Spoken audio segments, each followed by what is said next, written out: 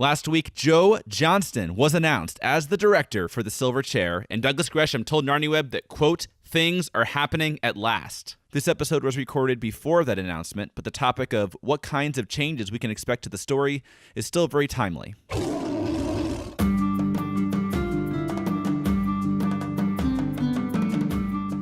And welcome back to Talking Beasts, everyone, NarniaWeb.com podcast. I am Glumpuddle, and I am here with... Pattertwig's pal, also known as Twigs. I am the moderator of cast and character discussion and the reading groups. The reading group. We'll talk about that in a moment. But apologies to our listeners. We didn't have the budget for Pattertwig himself, but we were able to secure his pal at the last minute. But this is your second time on the podcast, right? Yes, this is my second time on the podcast. Yeah. First time on Talking Beasts, though. Yes. So a second chance. Okay. We've got hopefully a good show today. I could really use this personally. It was a long day at the office, and I just think it's right now some nerdy NarniaWebberness would be really therapeutic right now. How was your day? It was also a long day. It was very much a Monday. Oh, it is Monday, isn't it? That explains a lot of things. Okay, let's talk about the Silver Chair. Okay, I think this will make my day start getting better immediately. So you mentioned you're going to be leading the reading group, and we're going to be starting the Silver Chair shortly. Why don't you tell us how that's going to work? Yes. So I'll post a chapter, maybe two, each week, and there'll be questions that people can respond to. They don't have to respond to all of the questions or even any of the questions. If they have other thoughts they want to write, that's fine. They don't have to go at the same pace. They can post whenever they want to. However, we will be mentioning some of their answers on the podcast. So the sooner you reply, the more likely you are to get your answer on the podcast. That's the idea. And if you want to get to the Silver Chair reading group, you just go to the NarniaWeb.com, go to NarniaWeb.com, click on forum, and then scroll down. You'll see a link for the Silver Chair reading group, and then there'll be one thread per chapter. And I just wanted to reemphasize what Twig said, that you don't have to answer all the questions. We're probably about 10 questions or so per chapter. If you want to answer only one or two, or just come up with your own, that's fine. Yes, and if you want an idea of how it works, the Voyage of the Dawn Treader reading group is archived in the archived forums, and you can see that people posted answers to some of the questions. Some of them did all the questions. Some people didn't start the reading group until about a year after it had started. As long as the threads are open, they are open for posting. Okay. All right, so really looking forward to that. Figured what better time to really break down the Silver Chair chapter by chapter than when they're gearing up for a movie adaptation, possibly.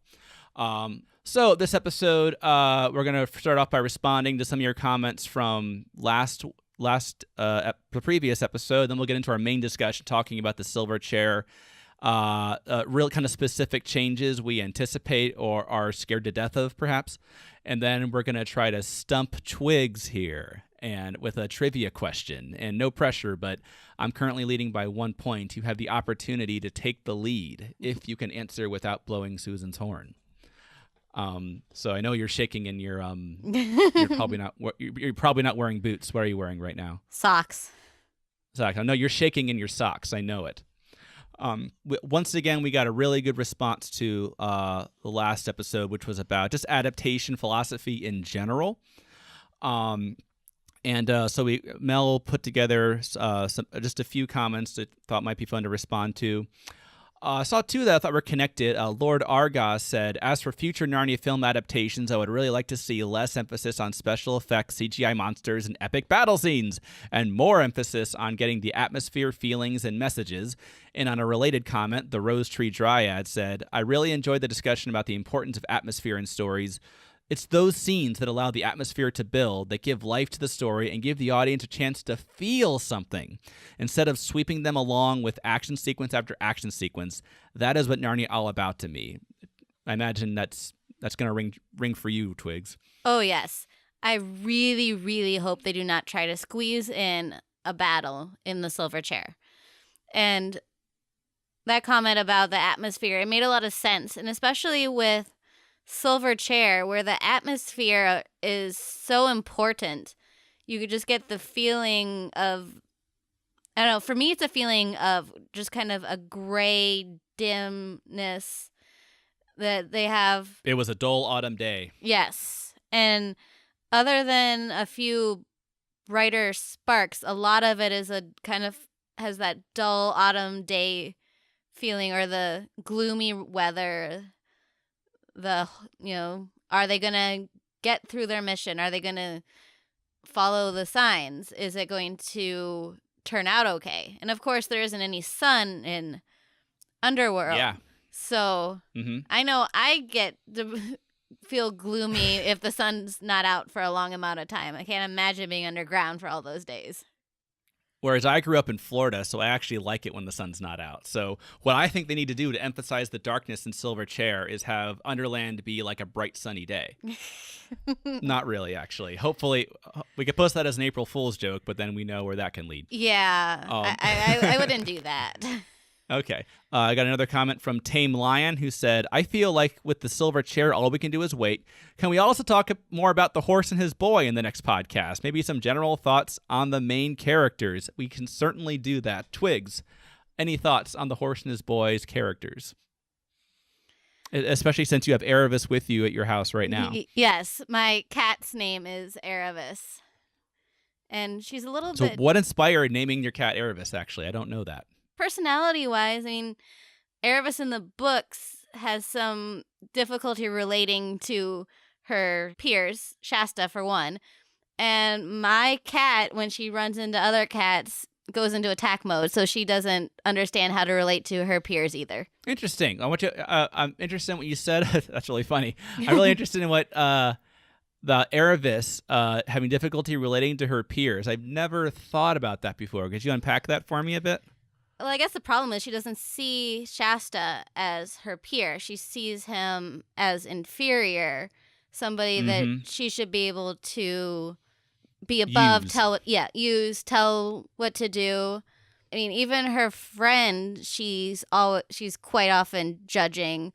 You know, she doesn't like all the fuss over the clothes, all the fuss over marriage. You know, she gets along pretty well with Hwyn and Bree. Well, even with Hwyn, she treats Hwyn like her property. Yes. You know, yes. a little nicer to Hwyn than Shasta maybe, but still, it's completely. That's one of the things I enjoy about the horse and his boy is I think it's my favorite character dynamics in the series, and I think it's probably my favorite character dialogue in the whole series, because with you have Erebus and Hwyn, which is the more traditional relationship where Erebus is master and Hwyn is property.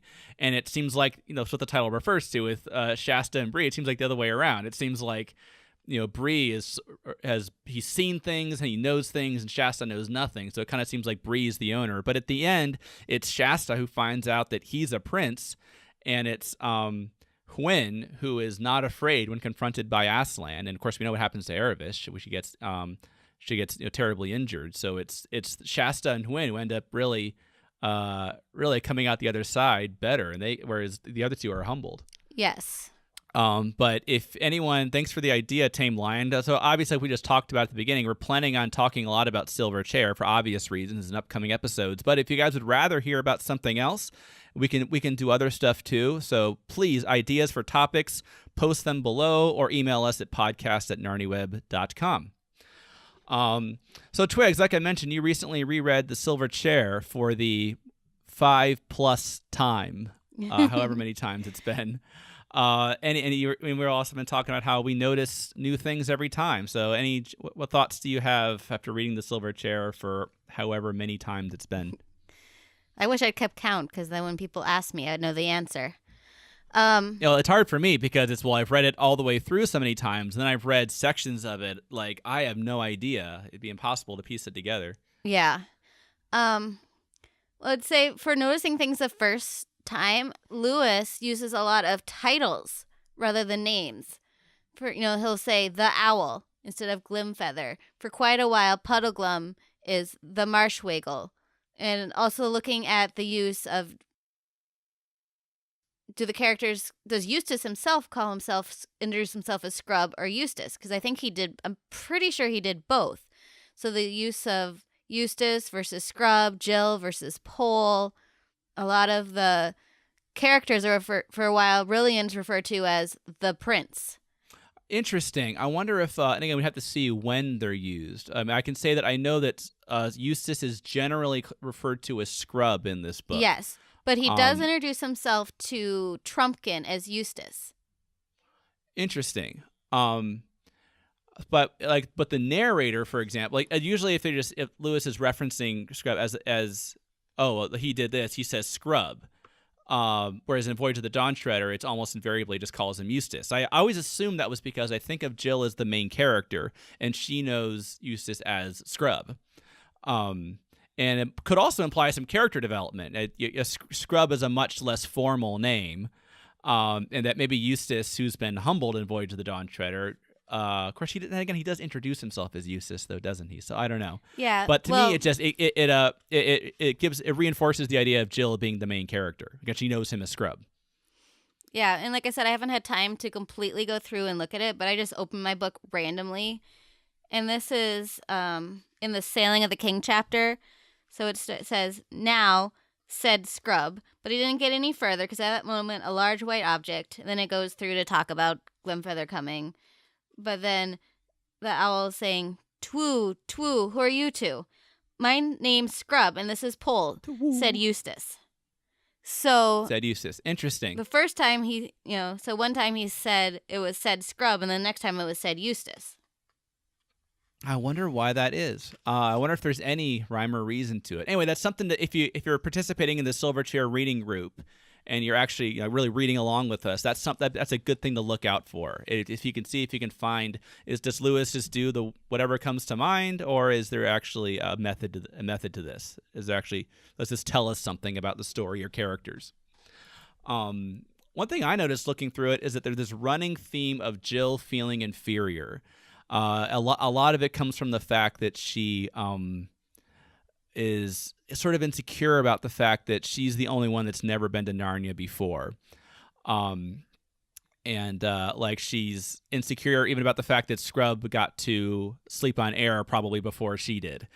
And when Scrub says, it's called a marshwiggle, and the narrator adds, as if he were rather proud of the word. Rather proud of knowing the word. And you wonder, is that the narrator saying that, or is that Jill's perspective, who's feeling like, the Scrub knows more than I do? And then I think she's also a little jealous that Scrub gets to use, Puddleglum's second best bow, and she only gets to have a knife. There's a lot of examples of her feeling, and that's a lot of their dynamic, I think, is she wants to fit in with the others, but they have so much more experience of Narnia than she does, of course. Yeah, I haven't really looked into that to decide how I think of that, but I do know that even after Eustace was changed into a dragon, he does have the tendency to be a little bit on the more proud side, pleased when he knows something. Yeah, that's true. So it could just be that's just the way Eustace is. But I kind of feel like it feeds into an insecurity Jill has as well. But anyway, that's something, if you're going to read The Silverchair with us, look out for that keep one eye open for that and let us know if that's something you spot as well. So we are anticipating a movie of this book very shortly. And since this is the fourth movie, there's a few things that we can, as NarniaWebbers, we can already anticipate this will probably be an issue. At least this is something we'll be worried about. And there's a few things I just wrote down. One of them is adding action sequences. Are there any places in the Silverchair, since it's fresh in your mind, where you can say, if they have a big enough budget, they'll want to expand this into a giant action scene? Well, the only place that it could make even the slightest, teeniest, tiniest bit of sense would be in Underworld before they realize that they're on the same side as the gnomes. I could see them adding a little bit of a skirmish, kind of like Caspian and Peter in Prince Caspian. Before they realize they're on the same side, they're crossing swords. I really, really hope they do not do that. Yeah, I think that would, especially I think that would once again, kind of like with what they did with Dark Island in the Dawn Treader movie. I think the book is so much scarier and so much creepier when it's quiet and they're just hearing things and you can't see anything. And I think they should, darkness is pretty cheap. I think they should embrace their lower budget, assuming they have one, and just have Underland feel kind of small and claustrophobic and not be this epic giant battle with the gnomes or whatever. Is that what you're picturing? Like an actual like Puddleglum and the others possibly having to fight with the gnomes underground? Yeah, fighting with, like when they're right after the witch has been destroyed and they're trying to escape. The gnomes were preparing for a battle because they didn't realize that the queen was dead. So I'm worried that it'll actually come to a little bit of a battle before they realize that the queen is dead and they're on the same side as Rillian and the children in Puddleglum. Yeah. I hadn't thought about that. I had thought about, I imagine the gnomes actually breaking out and attacking Cair Paravel and having some kind of battle there. And I could see them cutting back and forth between that and fighting the snake. And then the snake dies, and all of a sudden the gnomes, just as they're about to blow up Cair Paravel or whatever, all of a sudden they go, wait a minute, what am I doing? And they all fall down Phantom Menace style. I could see them doing that. And once again, I'd just rather them keep things simpler and keep things more personal and intimate. But I can understand the temptation if you have this, look at this giant army that we never get to see them do anything. I can understand the temptation. But you're making a face. Yes, I am making a face because that would be awful. I don't understand the temptation for battle scenes. Well, I'll tell you the temptation in terms of we at this point in the story, we've been looking at this army gathering and building now for a while, and then to never kind of get a payoff for that. I can understand in the flow of a film, at least, why that would be tempting, but I think that's more, the solution to that is not, well, we have to deliver, we have to have a big battle. The solution is, well, let's be careful not to emphasize the army too much earlier in the story. We don't want the audience to have false expectations. We don't want them to expect, we're going to get a battle soon, and then feel let down when they don't get one. But just try not to promise one, basically. I think that's the other way to go. The Silver Chair, the end is already so crowded when you think about it. Actually destroying the Silver Chair, then the Queen comes along and tries to convince them that Narnia isn't real. The actual, a fight with the Queen, all the talk about Bism, and then meeting, the Bittersweet being reunited with Caspian before he dies. The epilogue. The third act is really long. There's a lot of stuff that happens. It is. As it is, they won't be able to fit everything in the movie. Right.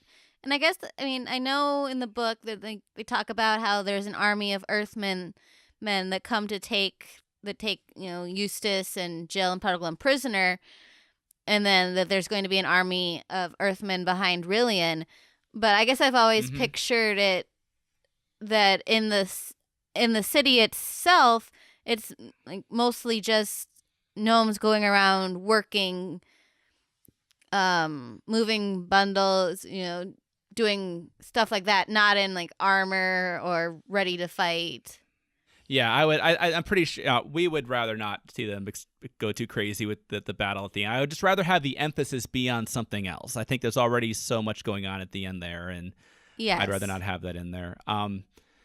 But that's always a concern with these movies is, we have to make these big and awesome or no one will go see them. No one wants just to see a good story anymore, which is, I think, clearly not true. Or there's a few more really specific scenes you wanted to talk about with the Silver Chair that could be a challenge. But first, here's our C.S. Lewis Minute. I'm William O'Flaherty. This is a C.S. Lewis Minute. Most of C.S. Lewis's shorter writings have an equally short title. Do you know the one that is definitely an exception to this rule?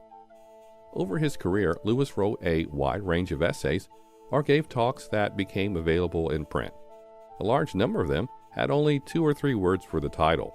But then there's the essay first published in the New York Times Book Review called "Sometimes Fairy Stories May Say Best, What's to Be Said." This title gives away one of the main points of the essay, but even though it is a short article by Lewis, it provides a good deal more information.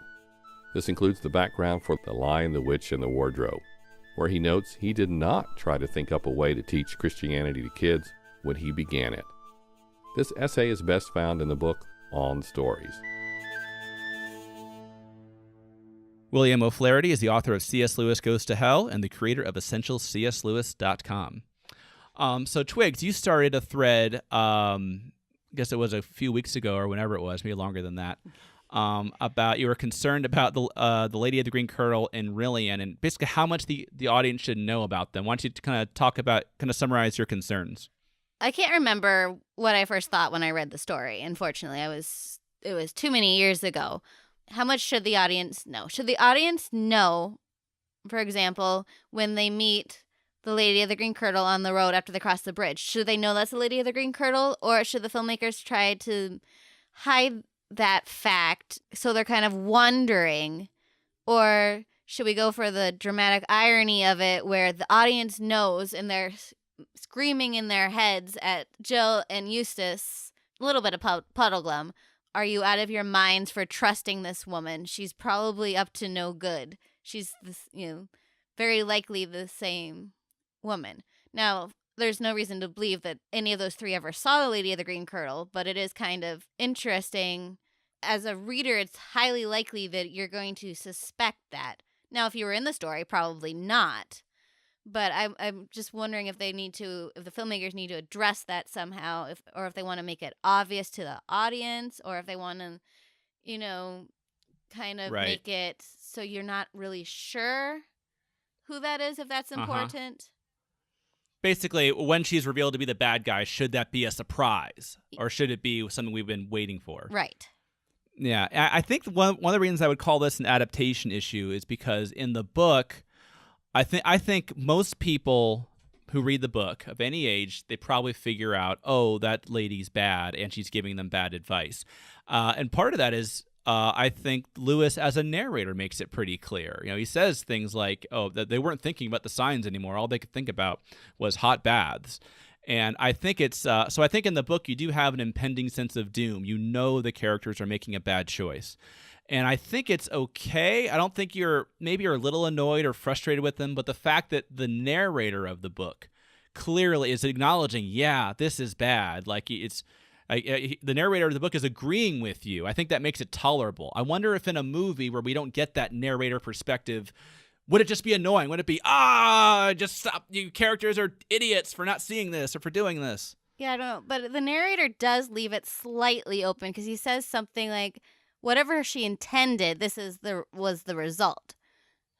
So right, but I think the fact that he's calling into question whatever she intended, yes, I think there is an impending sense of doom for the rest of that part of the book. We know they're making a bad decision, and we're just waiting for something bad to happen. Yeah, and I think that can work because I've never really actually seen any horror movies, but I've seen them, parodied on shows and stuff where it's like the audience knows that the person is making a bad choice when they, I don't know, go into the haunted house or whatever, but the character still does it. So that can work. So it could work, because I think that's the book, essentially. I think we know, and that's, Alfred Hitchcock had a famous example where he said, let's say you have a scene where two people are talking about baseball. They talk about baseball, they're in a restaurant. They talk about baseball for 10 minutes, and then a bomb goes off. Well, that's really shocking. But now let's do a different version of that scene. In this version, the camera pans under the table, and we see the bomb. So now it's a really suspenseful scene where they're talking about baseball because we're thinking, there's a bomb. So basically his point was suspense in film comes from knowing more than the characters do. We know there's a bomb under the table and they don't. And that's why there's so much suspense about it. Yes. So you could take that approach to it. We know the Lady of the Green Kirtle is bad. We know that it's a bad idea, but the characters don't. That could be suspenseful, but I would want to do it in a way that we're not tired of, because the characters are still pleasing to read and enjoyable to read in the book, and I would hate for the audience to just they're idiots and just get frustrated about it. Yes, and no, that's probably not so much the problem with the Lady of the Green Kirtle because they have no reason to necessarily. None of them have ever seen her, and so. It's reasonable for the characters, yeah. For the characters, not Now, what might be a little harder is, should the audience recognize Rillian?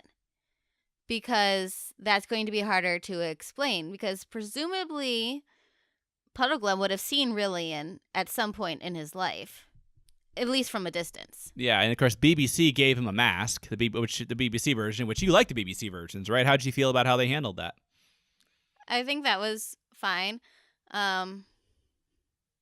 kind of odd when he's taking it off, but He rips it off like it looks like it's plastic, which it probably was. But, and that's more a question of it. To me, it's not a question of we'll just put a mask and hide his face. Still, come on, we're getting to the end of the book. We just saw Under Me. We know Rillian's got to be down here somewhere. Why are they introducing this random character, this prince, and we're getting all this backstory information about him? Duh, obviously it's Prince Rillian. The audience just puts that together. I think most readers put that together. But I think it works because the main drama of the end of that scene is not so much, oh my gosh, Rillian, shocking moment. It's more, are the characters going to follow the signs?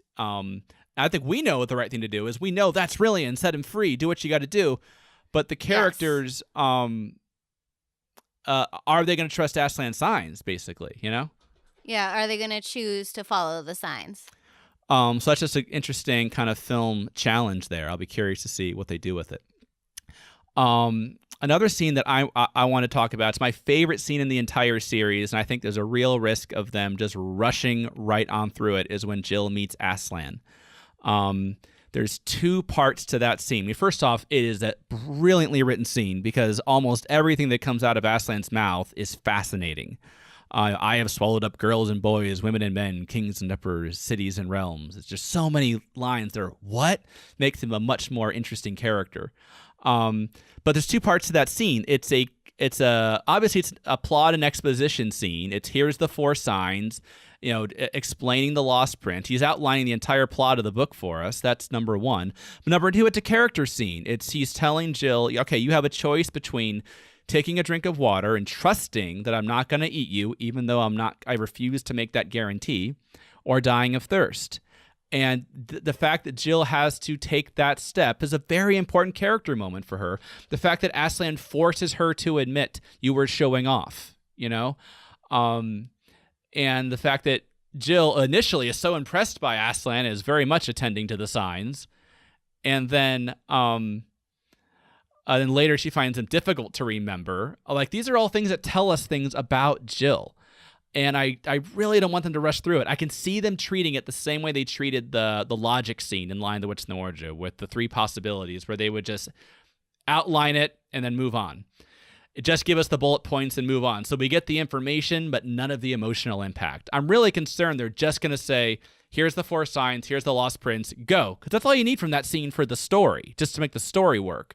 But if you skip all the character stuff, the movie doesn't work. I don't think we're emotionally invested in Jill. I don't think if we haven't sold Aslan being such an intimidating presence, I don't think we'll buy, why should Jill trust in the signs? I think it's because Aslan makes such a powerful impression on her. Anyway, you've heard all this before. That's something that I'm anticipating and really concerned about that. And that's, it is important. It's maybe a slower scene, but slow doesn't necessarily mean bad. If it's full of interesting lines and good information, then it's a good scene. And it's probably a lot less confusing than some of the action scenes. Yeah. Just in general. Like, where there's so many people swinging swords around that you have no idea what's happening. Yep. No, absolutely. This is a scene where they have to let it breathe. They can't just, okay, let's keep it moving. Let's, get what we need from the scene and move on. No, we need to let this scene breathe and feel. I need to let Aslan breathe, maybe literally, and feel that presence and feel what Jill is going through and the choice she's making. I would say if this scene doesn't work, then probably the movie doesn't work. If you don't buy into, this is what Jill has to learn right now with trusting in the signs and trusting in Aslan. If you don't, and also if the signs aren't intriguing, because for me in the book, once I remember the first time I read it, once I heard those four signs, I knew I was finishing the book. That was it. That was that. Because what are those signs going to look like? What's the writing going to be that they're going to find? What is the context that's going to be? Like, why would someone ask them to do something in Aslan's name? Oh my gosh, now I have to finish the book. If they don't get both of those elements right, then the movie doesn't work. Why bother even watching the rest of the movie? And I just think it's a scene where, again, we talked about atmosphere last week, and the atmosphere of that scene is really, really important. I don't want them to rush through that. Another atmosphere scene you could argue in the book is Bism. At the talk, they've just freed Rillian. Now they got to get out of there. But Lewis takes the time for a few pages to talk about Bism, the bottom of the world where you have liquid diamond and liquid gold and things like that.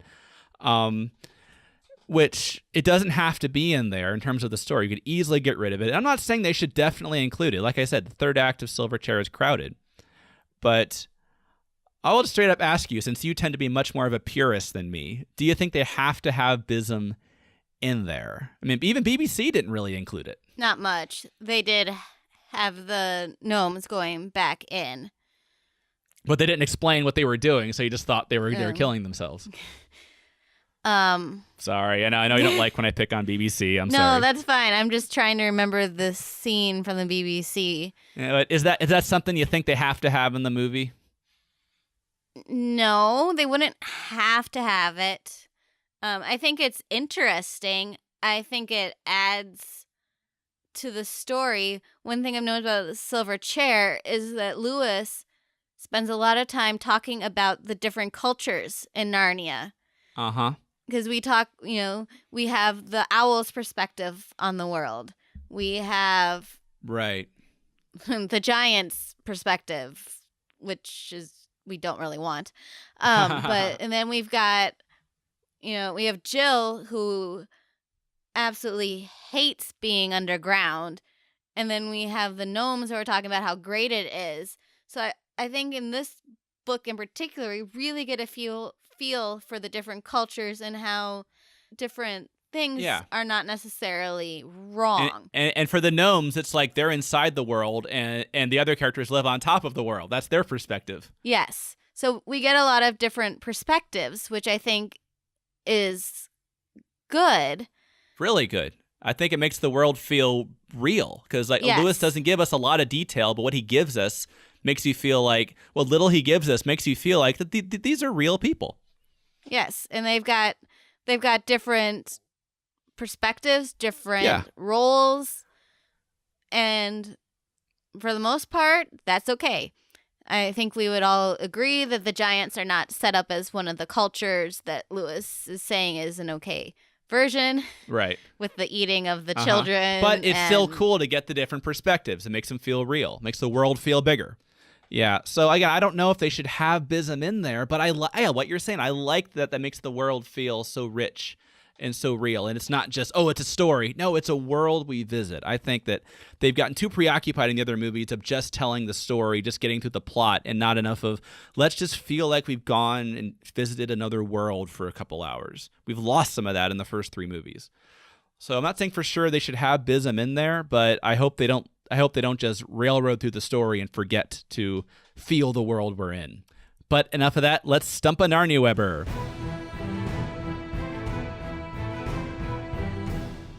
That being you this time, Twigs. You're in the hot seat. Lucky me. An opportunity to take the lead here, potentially. But you know the rules. Today's question was submitted by Ann Finwin. Thank you for the question, Ann Finwin. Twigs, are you ready for your question? I am ready.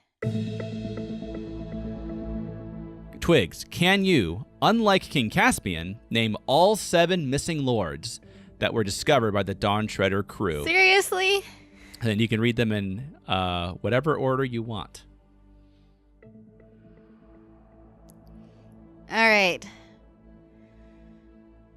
I'm going to try it without the book. I'm probably going to regret that, but I'm going to try. All right, let's go for it. I'll write them down as you list them. All right. Burn. Burn, of course, at the Lone Islands. Restamar. Roop. Arsgaz. Mavermorn. Octasian. Mm-hmm. And You're doing good so far. You've got 1, 2, 3, 4, 5, 6. You're just missing 1. 6, 1.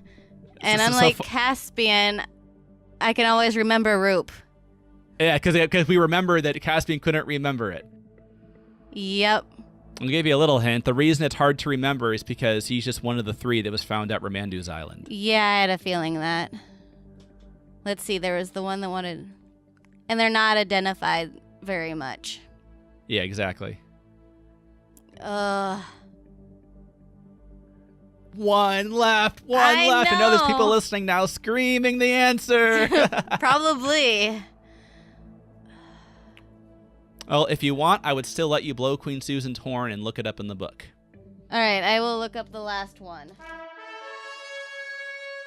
So I see you have your copy of Voyage of the Dawn Treader. Are you ready? I am ready. Okay. And your time starts now.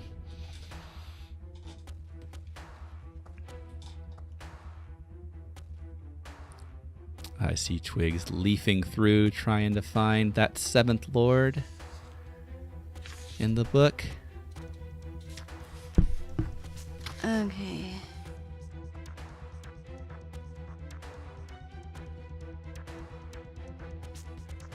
Oh, it was an R. Revillion. That is correct. Revillion was the missing lord, so you've got all 7 now. But something about the letter R with lords, I guess, is hard for people to remember. I guess.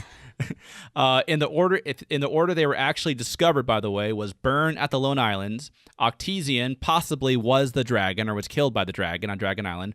Restamar is in Deathwater. Roop at Dark Island. And then finally, Revillion, Argos, and Mavromorn are all at Aslan's table asleep. But you had to blow Queen Susan's horn, so that gives you 1 point, which means you and I are tied. Sounds good. Yep. Thank you very much, Ann Finwin, for submitting the question. Anyone else? If you think you can stump a NarniaWebber, please submit ideas for trivia questions to podcast@NarniaWeb.com. Please include stump in the subject, but do not include the answer. Thanks so much for listening, everybody. We're going to be back on Monday, May 15th with another episode. If you have any thoughts on this episode, please post a comment below. We love responding. We love reading them and responding to them. And once again, don't forget to check out the Silverchair Reading Group. Go to NarniaWeb.com, click Forum, go over to the Silverchair Reading Group, and just respond to a couple questions. If you want to contact one of us individually, you can email us at glumpuddle@NarniaWeb.com or twigs@NarniaWeb.com. Until next time, further up and further in. Further up and further in.